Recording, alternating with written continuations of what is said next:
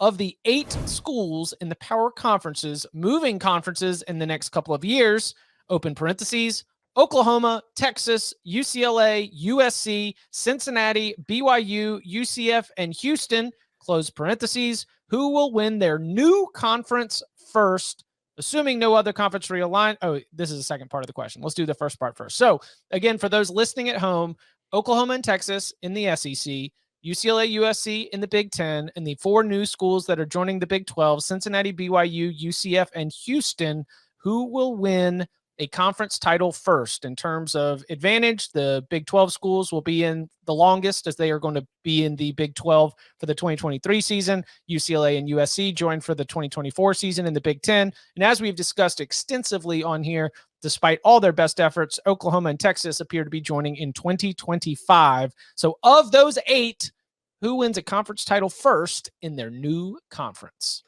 This is a really tough question. I like it. Yeah, I was kind of, you sent this to us last night and I was going over this and I was having a really difficult time trying to reach a consensus answer within my own head. Like, talent wise, recruiting wise, you would think Texas, Oklahoma, and USC are the 3 obvious choices because they're going to recruit very well. They're going to have 5-star players. They're probably going to have very good quarterbacks. But Texas and Oklahoma will be joining the SEC, in which they're going to be going head to head with Alabama, LSU, Georgia, and no, Jordan's producing Tennessee.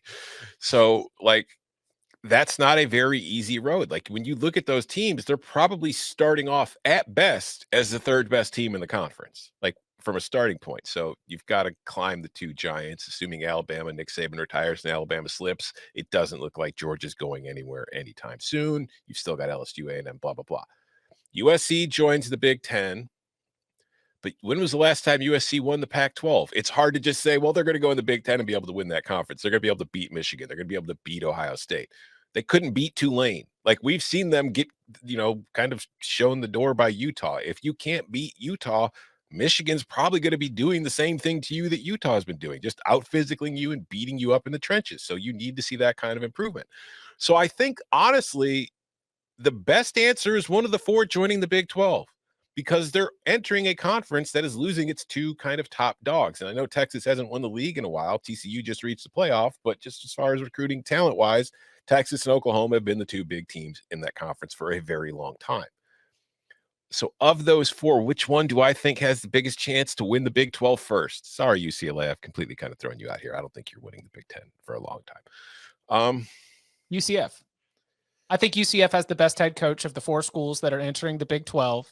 And while they will be dealing with Texas and Oklahoma for 2 years, I think that when they leave, that this program, which is, again, going to be occupying this unique spot as the Big 12 program in the state of Florida, they are going to they to me are the best positioned of those 4. I, like you, was not going to pick Texas or Oklahoma. Not only did they have the time not on their side with the delayed entry, but I'm just not going to throw them in and think they're going to jump to the top of the SEC. I, like you, I'm not going to take USC or UCLA because the good gravy, what is at the top of the Big Ten is as impressive as what you've got at the top of the SEC, to which I go to these Big 12 schools, which get a little bit of a head start against the others. And as I'm deciding between Scott Satterfield's Cincinnati, Kalani Sitake's BYU, Dana Holgerson's Houston, or Gus Malzahn's UCF, my answer is UCF. I'm going to go Houston. I don't think it'll be with Holgo, though. Ooh. I don't think either of these teams are going to be winning their conference within a few years. I think it's probably 4 or 5 years down the road before any of them do it. But, yeah, I would say UCF or Houston are probably the 2 most likely. I think Cincinnati, having lost Fickle and lost a lot of players, to the draft in the last couple classes, I think the Bearcats, they're not going to be bad, but I think the Bearcats could be more of a 7-8 win team for a few years in the Big 12, trying to get their feet set and get, their whatever beneath. Which was their standard. I mean, that's the thing, is the Brian Kelly was just an astrological. No, that's astronaut. What meteorological event? A comet through the sky. So comets are meteorological events. I don't know.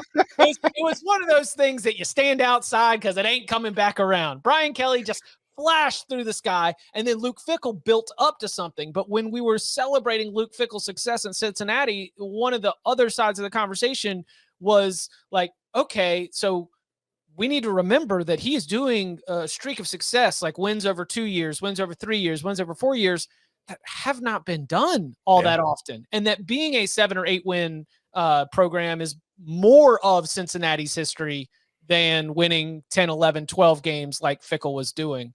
I'm kind of with you. I don't think Cincinnati's going to bottom out. It's in a great spot. But I want to spin this question for you. Okay. Which of those 8 schools is going to be the worst in their new conference? Like, has the highest potential to completely just bottom out and become a doormat?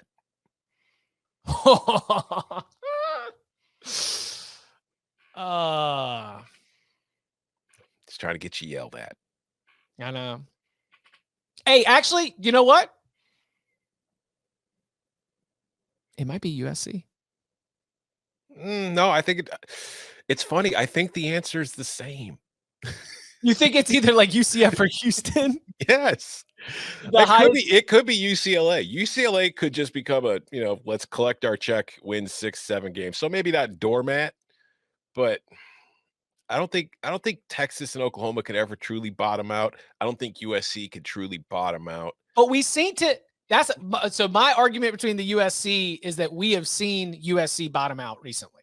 It is possible. It is within the recent history of the Trojans back real quick though. Like you could have a bad year. I'm talking just bottoming out. Like you become a team that's just like, hey, we're just hoping to get to a bowl game.